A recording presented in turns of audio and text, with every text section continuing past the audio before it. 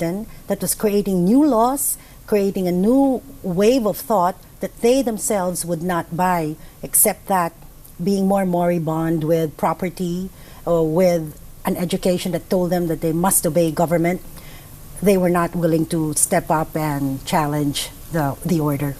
But in many ways, this also led to your generation being in many ways a lost generation, because many had to either gave up their lives in the hills or had to leave the country to secure some sort of safety. Yeah, they never got their turn to lead the country. Yeah. What's your attitude now? You have many friends, I'm sure, people from your generation who were firebrands then and are now the opposite today. What happened? Actually, many of my friends died. Their names are on the wall of the Bantayog ng mga bayani, right there in the corner of EDSA and Quezon Boulevard. Now, many more set up NGOs after they were no longer willing to join a political movement that was considered left. But yes, there were those who strayed and were now presidential spokesmen and other things. That's Gary Olivar who yeah. It's his choice. It's his choice. He was one of the brightest at that time. It's his choice not to be so bright today. But if you're looking back, if in a sense you have to look back and see what did it all accomplish. What did it accomplish? I think it made us feel that we were worth our values, our thoughts, our convictions. We were not fake. We were people who stood by what we shouted in the streets. We were not empty. We lived for something. And mainly, we did not live just for ourselves. We believed we lived for other people. In fact, the going line there was serve the people. And we took that very seriously. You know, there's about 5 years ago, I think, when the 35th anniversary of the FQS came around, there was talk that all of a sudden there were veterans of this era getting together because they were realizing that their stories had not been written down and had not been passed on. And in a sense, they were the children of the World War II generation, and that had been the experience of the World War II generation. They had been living it, so they never... Yes. And is this still going on? Is there a more active effort to remind people what it was like and what it was about? No, I don't think we've done enough to remind the people of today what it was like then. For instance, how many writers went to prison? So many. But how many did write about that experience? Maybe 1, 2, or 3. There were thousands who went to prison, who were writers and artists. What plays did they create? What movies? Very few. When you look at the experience, the totality of the numbers as against what we produced, it's almost zero.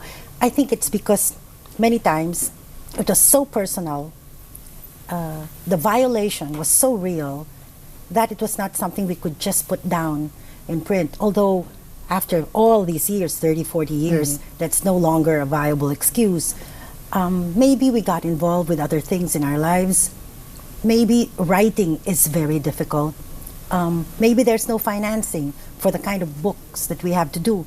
You need to take time out for 1 to 2 years to do a book like this. And there's no financing for that. There's only financing for the publishing, but none for the research, none for the interviews, the recall of all these things from nationwide, from not just your circle, but from other circles too. You know, I'd also heard from those who lived through World War II that during the time of the Japanese occupation, there was a sort of a renaissance in the arts and in literature. Even though many, you know, because of vaudeville and that sort of thing. Now, in the case of your generation, now that, you know, you're in the entertainment media now, and what was the carryover in terms of our pop culture? Like the ones, because I was a kid at that time, so I was growing up with what you were producing, and first it was the clash between social realism and then just pure entertainment. Has that carried on, or has it faded from what we experienced? That period was a very robust time for theater and all other forms of expression, because we had to spell out the things that we felt against the government that was trying to kill all sense of community. And this was our way of keeping that community going through the arts, through culture, through literature.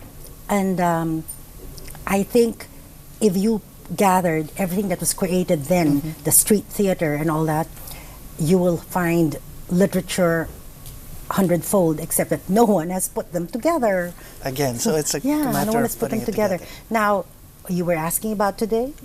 What about? Well, because now you're the mentoring generation, so has this been, at least by osmosis, passed on? Let me talk about entertainment journalism. Okay.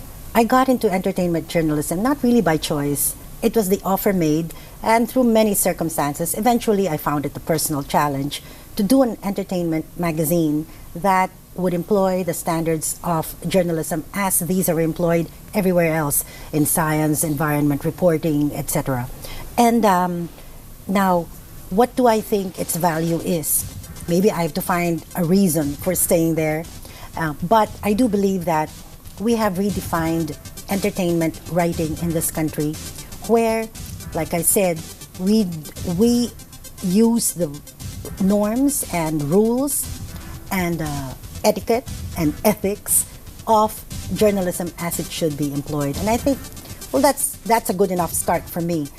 That's the mentoring I have chosen to do. Although earlier, when we were doing writing of a different kind, the same thing. We were mentoring by writing about social, cultural, political stories. So it continues on and on. It continues. Okay, thank you very much, John. Thanks for being with us. And I'm Manolo Quezon, and this has been The Explainer.